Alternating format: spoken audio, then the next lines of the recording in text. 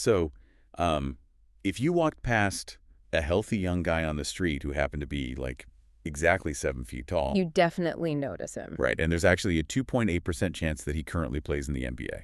Which is wild to think about. It is. It makes you wonder, is athletic greatness just about winning the genetic lottery?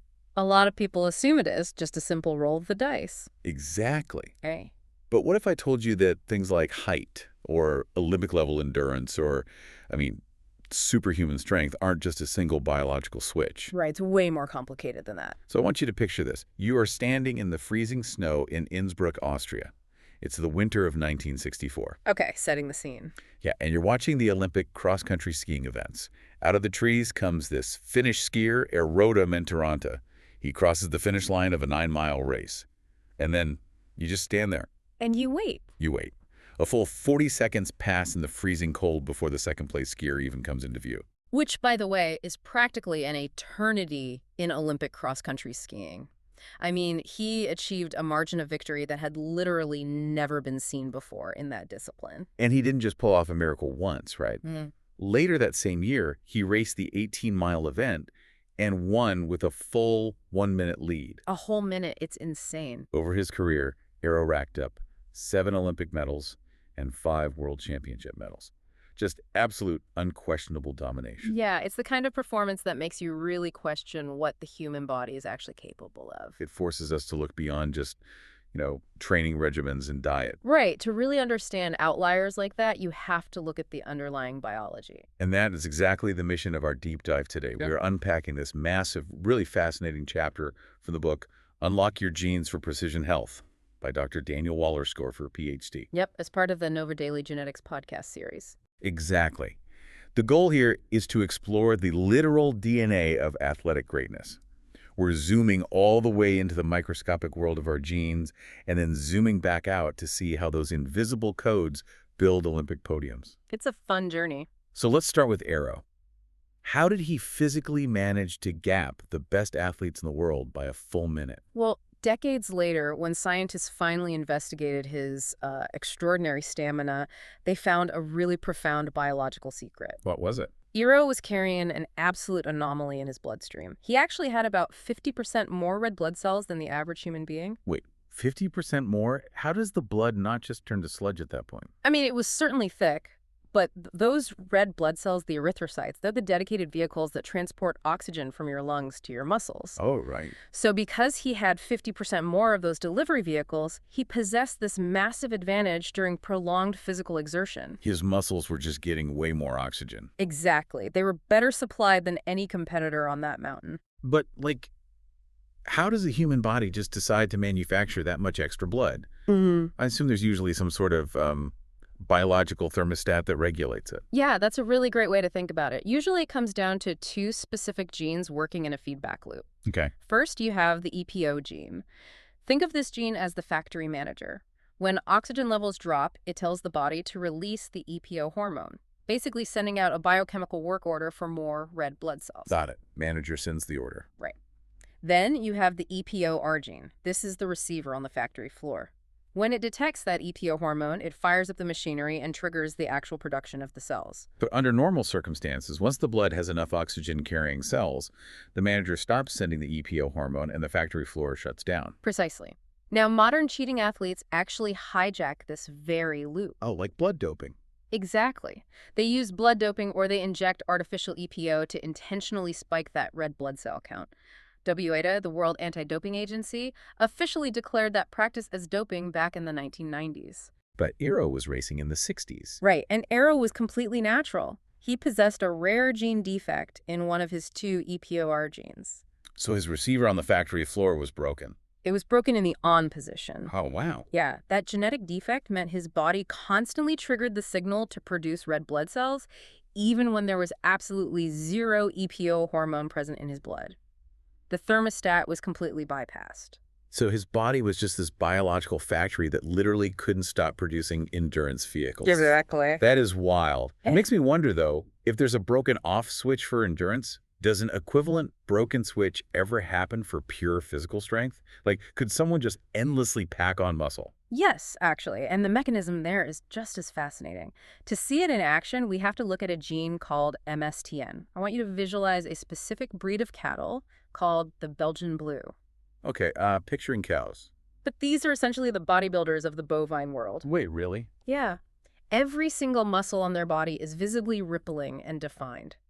They carry about 40% more muscle mass than average cattle. 40%. And they aren't lifting weights, nobody's feeding them steroids. Let me guess, they have a broken thermostat too. They do. The normal role of the MSTN gene is to act as a biological brake pedal. Okay. It sends a signal telling the muscles to stop growing, which ensures the animal maintains a carefully regulated, energy-efficient level of muscle mass. But since the 1950s, breeders have selectively preserved a defect in this exact gene in Belgian blue cattle. So without that stop growing signal. The brake pedal is gone, and the muscles simply expand to their absolute maximum genetic potential. A defective brake pedal for muscle growth. Do humans carry that MSTN gene? We absolutely do. And a perfect human application of this so-called Hercules gene is the strongman Eddie Hall. Oh, I know Eddie Hall. Yeah, in 2016, he achieved something a lot of people thought was biologically impossible.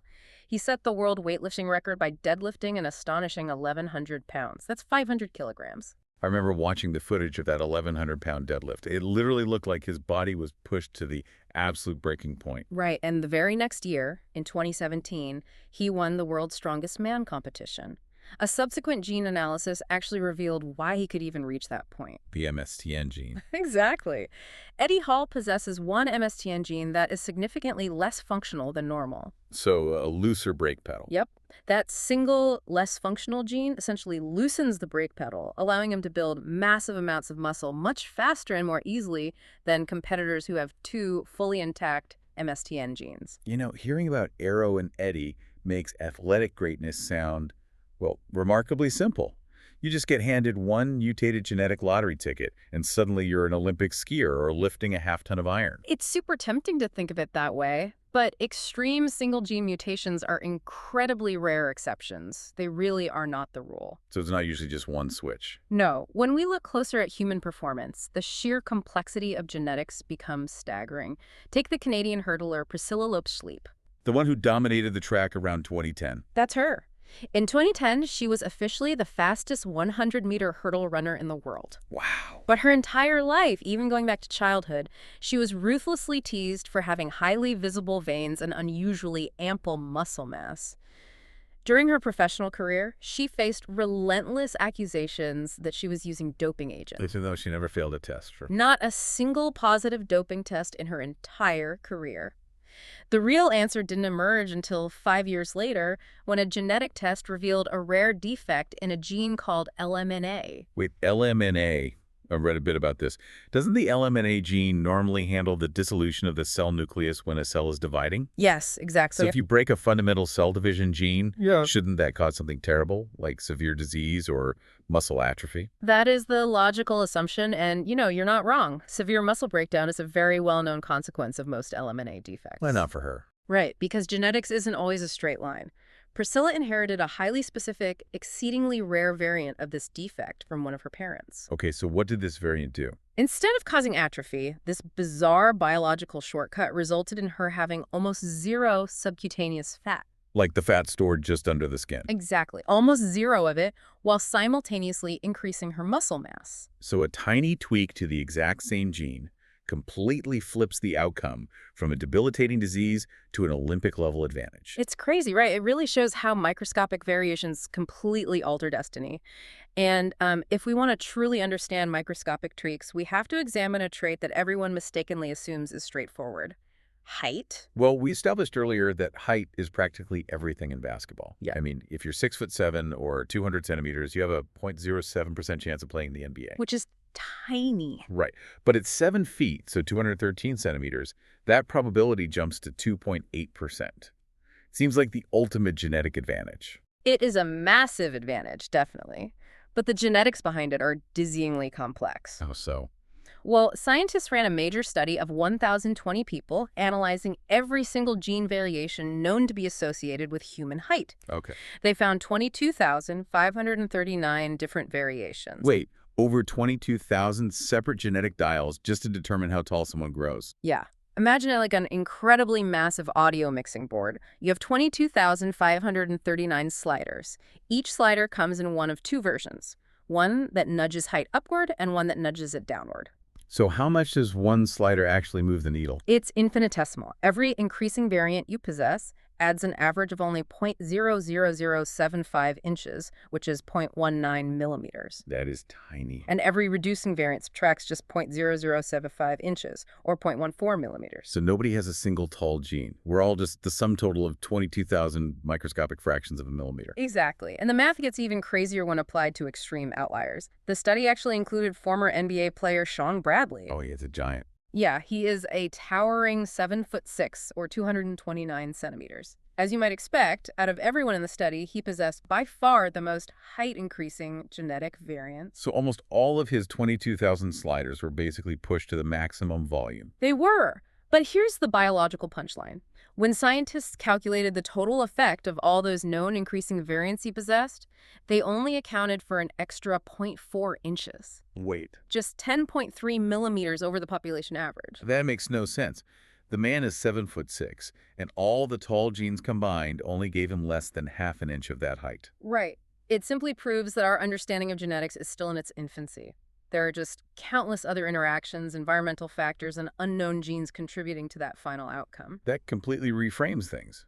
I mean, if extreme traits like height are actually that mysteriously complex, what about the baseline athletic traits every human is born with? What do you mean? Because, if you take a human out of modern society and drop them into the wild without tools, we seem completely pathetic. We have no claws, our teeth are blunt, and compared to a cheetah that can hit 50 miles per hour in just 3 jumps, we look like an evolutionary joke. Well, in a short sprint, yes, we are hopelessly outmatched.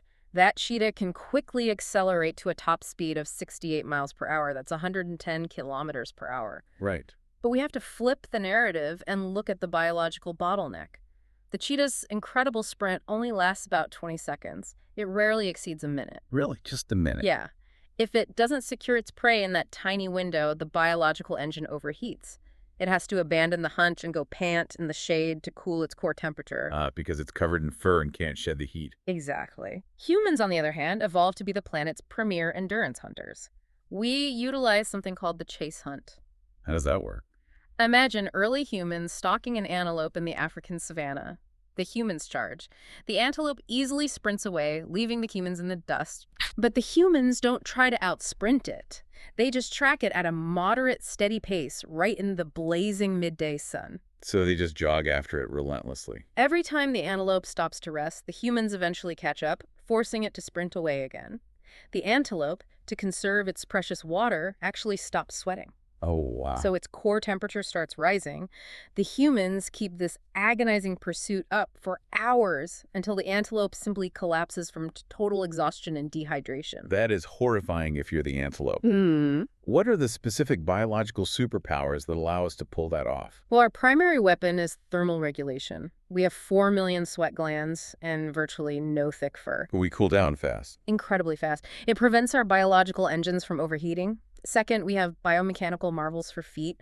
Unlike apes, our big toe points straight forward, providing a stable push-off. And the length of our toes is absolutely optimal. Optimal in what way? Why wouldn't longer toes give us more leverage? It's actually the opposite. If our toes were just 20% longer, it would nearly double the mechanical force required by the foot to lift off the ground. Oh, I see.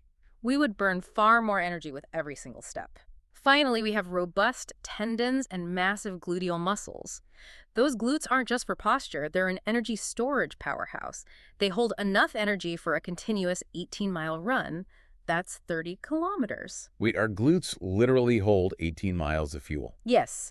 The human machine is so perfectly tuned for this that on a hot day in the savannah, a trained human could actually outrun a horse over a distance of 25 miles or 40 kilometers. Okay, so on a species level, we are the ultimate marathoners. But obviously, there is massive variation between individuals.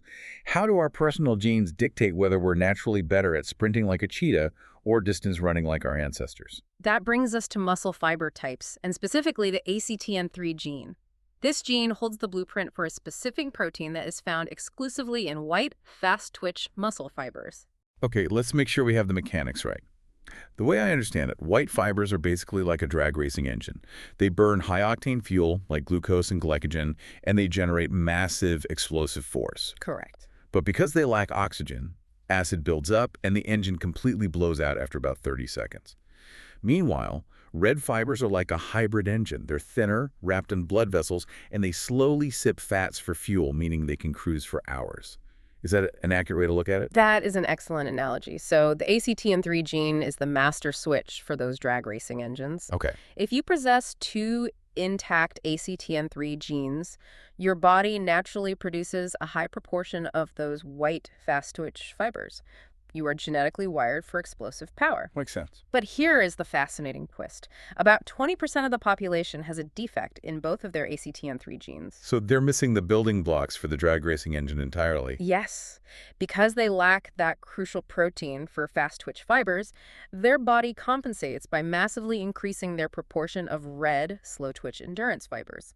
Oh, well. It essentially ruins their maximum sprint capacity, but hands them a massive natural advantage in endurance sports.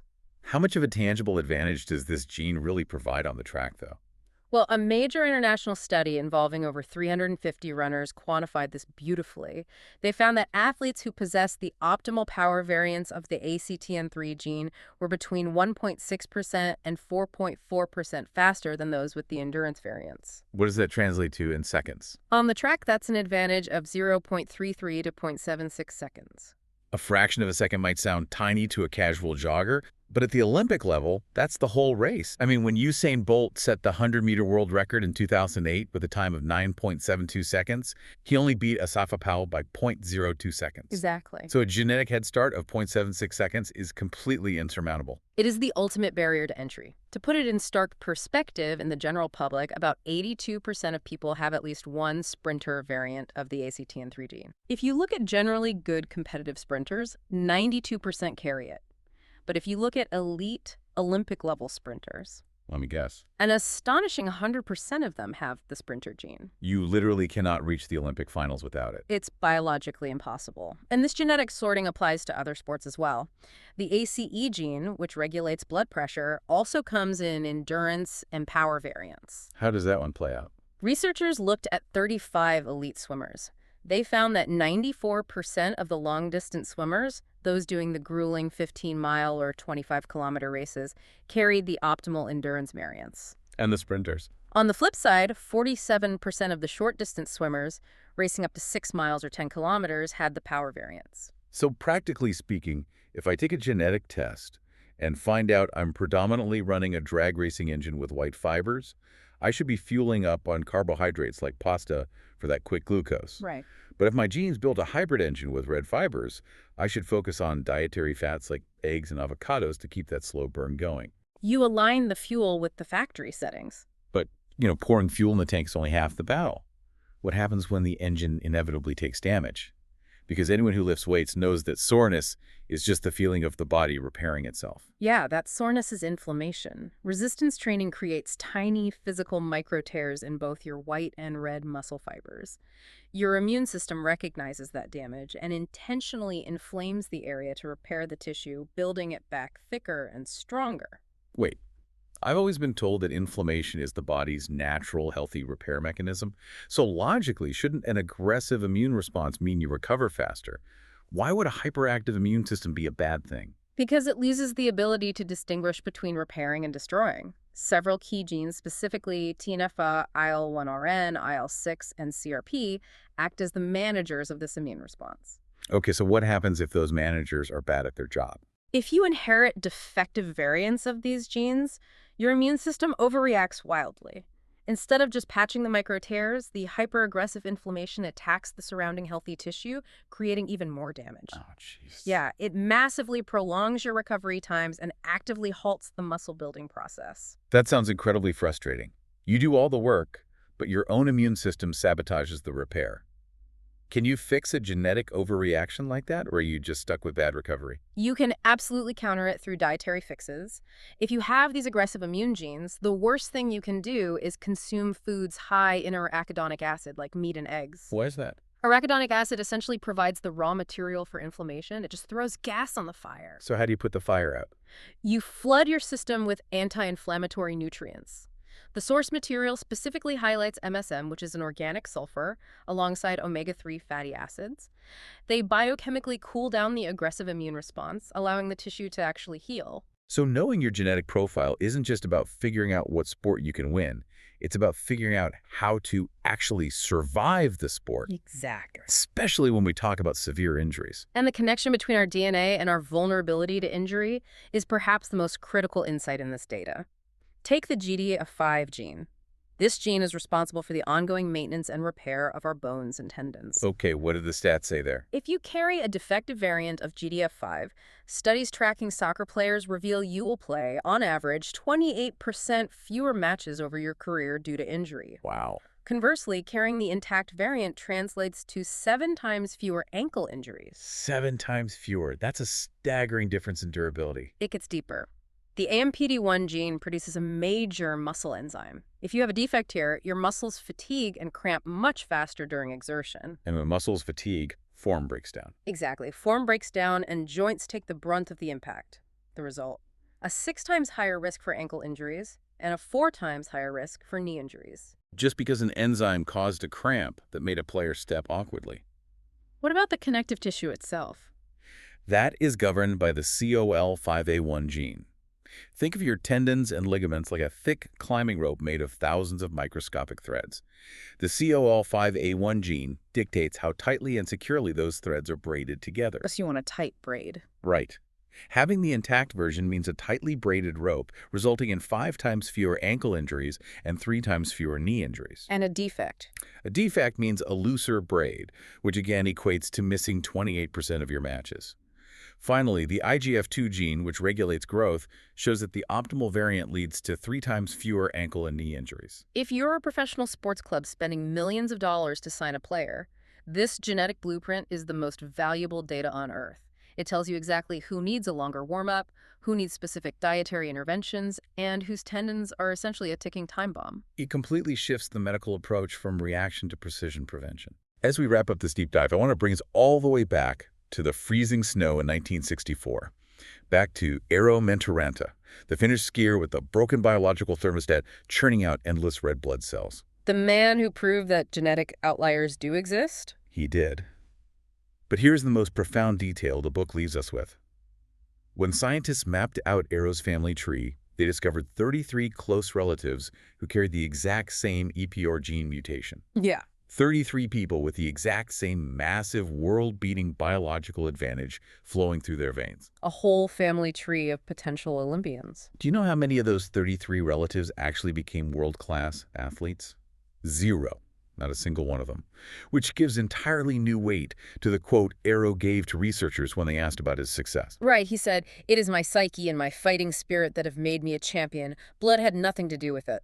And while he may have been slightly underselling the biology, his core point is undeniable. Dr. Wallerstorfer's conclusion is that if you are just exercising for health and fun, you shouldn't lose sleep over your genetic blueprint. Exactly. Because even if you are holding the rarest genetic lottery tickets on Earth, the elite ACTN3 sprinter switch, the perfectly braided COL5A1 tendons, the ultimate height dials, those invisible codes are completely useless without the brutal, relentless discipline required to activate them. They're just potential. Right. It leaves you wondering, if Eero's 33 relatives had the exact same biological cheat code running through their veins but never stood on a podium, what dormant capabilities are sitting unactivated in your own DNA right now, just waiting for the discipline to unlock them? Are your genes your destiny, or are they just the starting line? Thanks for joining us on this deep dive. See you next time.